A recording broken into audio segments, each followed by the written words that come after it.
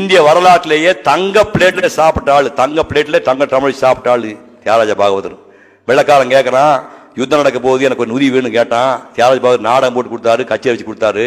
யுத்தம் முடிஞ்சது, உனக்கு என்னையா வேணும்னு கேட்டான். எப்பா இந்த நிலத்தை எடுத்துக்கன்னு சொன்னா, எவ்வளவு இருக்குன்னு கேட்டா 250 ஏக்கரான்னா. என்ன கொடுக்க பண்ண எடுத்துக்க சொல்லமா, இனாம எடுத்துக்கணும். என் நாட்டை நீ பிடித்து கொண்டு என் நாட்டில் ஒரு பங்குதியை கூறு போட்டு எனக்கே கொடுக்குறியா? நீ எங்க மொத்த நாட்டை குடியா, என் நாட்டை நீ எடுத்து கூறு போட்டு எனக்கு கொடுக்குறியா? வேண்டாம்ட்டான். அந்த இடம் தான் திருவரம்பூர் ஊர். திருச்சி பல திருவரம்பூர் ஊர் ஆயிருக்கு.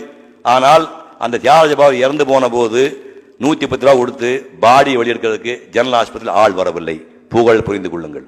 அப்புறம் ப்ரொடியூசர் எம்ஏ வேணு வந்து பாகவதர் பாடியை திருச்சிக்கு எடுத்துட்டு போய் அடக்கம் பண்ணார். அது வேற விஷயம். எவ்வளவு பெரிய ஆளா இருந்தா இதுல தப்பிக்கவே முடியாது.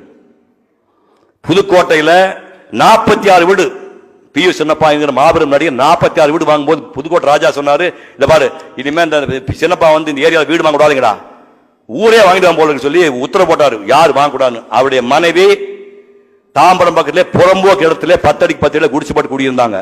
எம்ஜிஆருக்கு தகவல் போகுது, தயவு செய்து நான் எம்ஜிஆர் சொல்ல தெரியும், பி சின்னப்பா ஒய்ஃப் இந்த 10 அடிக்கு 10 நான் கரையம் பண்ணிக்கிறேன், ஆஜியம் பண்ணிக்கணும்னு சொன்னாங்க. ஆண்டவுடன் செய்தி எம்ஜிஆருக்கு போய் அந்த உத்தரவு போட கூட அந்த அம்மா செத்து போயிட்டாங்க. இதுதான் மனித வாழ்க்கை. நான் உங்களுக்கு புதுசா சொல்ல வேண்டாம். விஸ்கோஸ் எவ்வளவு பெரிய கம்பெனி, கட் பண்ண முடியுமா? விஸ்கோஸ் அண்ணன் சொல்லுங்க. விஸ்கோஸ் எவ்வளவு பெரிய கம்பெனி. வெங்கட்சாமி நாயுடு எவ்வளவு பெரிய ஆளு. வேரிஸ் வெங்கட்சாமி நாயுடு, வேரிஸ் விஸ்கோஸ் கம்பெனி. தென்னிந்தியாவின் சிசுவிட்டியம் பேர் வாங்கின ஆளு எஸ் வாசன். சந்திரலகா படத்தை வந்து எடுத்தாரு 1948 எடுத்து 678 பிரிண்ட் எடுத்த உலகத்திலே முதல் படம். ஔவையார் படத்தை வந்து 1948 ஸ்டார்ட் பண்ணி 54 ரிலீஸ் பண்ண 6 வருஷம் ஔவையார் படத்தை எடுத்தாரு. கேபி சுந்தராம்பாளுக்கு 4 லட்சம் ரூபாய் சம்பளம், யாருமே வாங்கிக்க முடியாது. அந்த வாசன் வாழ்ந்த வீட்டில் இப்போ சாப்ட்வேர் கம்பெனி வந்துடுச்சு. போகும்போது எதையும் எடுத்துக்கொண்டு போக முடியாது. உங்க பிள்ளைகளே விட மாட்டான்.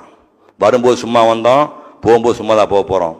இந்த மண்ணுக்கு நீங்க ஏதாவது பண்ணிட்டு போகணும். அதுதான் கடைசியில் நிற்கும்.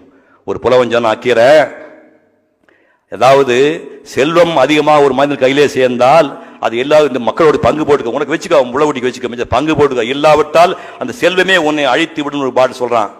இந்த ஆழிச்சூழ் உலகத்தை தான் ஒருவனே ஆள வேண்டும் என்று நினைக்கின்ற பேராசை பிடித்த ராஜாவாக இருந்தாலும், வனவிலங்குகளை வேட்டையாடுவதற்காக இரவு பகலாக காடுகளிலே சுத்துக்கின்ற காட்டு முன்னாடியாக இருந்தாலும் எல்லாருக்கும் 9-2 கூட சோறு, உடுப்பது மேல துண்டு கீழே துண்டு, மற்றபடி பசி பிணி மூப்பு இறப்பு காதல் காம இல்லா உண்டுதான். அரசன் ரத்தம் சிவப்பு, ஆண்டியின் ரத்தம் சிவப்பு. அரசன் விரைவிலே துர்நாற்றம் வரும், ஆண்டியின் வேர்விலே துர்நாற்றம் வரும். ஆகவே மனிதா, அளவு கிடந்த பணம் வந்தால் அது உன் சமுதாயத்தோடு பங்கு போட்டுக்கொள் என்று நக்கீரன் 2500 ஆண்டு ஒரு பாட்டு சொல்லியிருக்கிறான். தென்கடல் வளாகம் பொதுமை இன்றி வெண்குடை நிலத்திய ஒருமை ஓர்க்கும், நடுநாள் யாமத்தும் பகலும் துஞ்சான் கடுமா பார்க்கும் கல்லா ஒருவர்க்கும், உண்பது நாழி உடுப்பவை 2 பிறவும் எல்லாம் ஓருக்கும்மே, செல்வத்து பயனே ஈதல் துய்ப்பேம் எனினே தப்பென பலவே என்று. அதை புரிந்து கொண்டு நீங்க நிறைய சம்பாதிங்க, குழந்தை குட்டியோட அன்பாருங்க, பொண்டாடி தெய்வமா வணங்க, புள்ள குட்டிமா பாசமா இருங்க, உலகத்துக்கு நீங்க பயன்படாம வாழ்க்கை அமைச்சுங்க.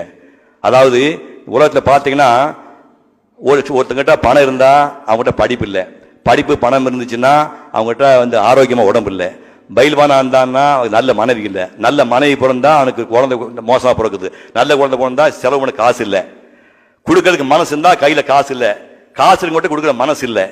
இப்படி ஒன்றிருந்தால் ஒன்று இல்லை என்பதுதான் மனிதனுடைய வாழ்க்கையில். ஆனா நம்ம பெரியவங்க என்ன பண்ணிருக்காங்க, எல்லாம் பெற்றவன் தான். அதாவது நீண்ட ஆயுள் வேணும், நோயற்ற வாழ்வு வேணும், மாறாத இளமை வேணும், உயர்ந்த கல்வி வேணும், அன்பு குறையாத மனைவி வேணும், சலிப்பு இல்லாத வாழ்க்கை வேணும், பெருமை சொல்ல பிள்ளைகள் வேணும், கொடுக்கறதுக்கு மனசு வேணும், அதுக்கு பணம் வேணும், இறைவன் மீது பக்தி வேணும். இது எல்லாம் சேர்ந்து வாழ்வன் தான் முழுமையான மனிதன் சொல்லி ஒரு பாடல் வருகிறது.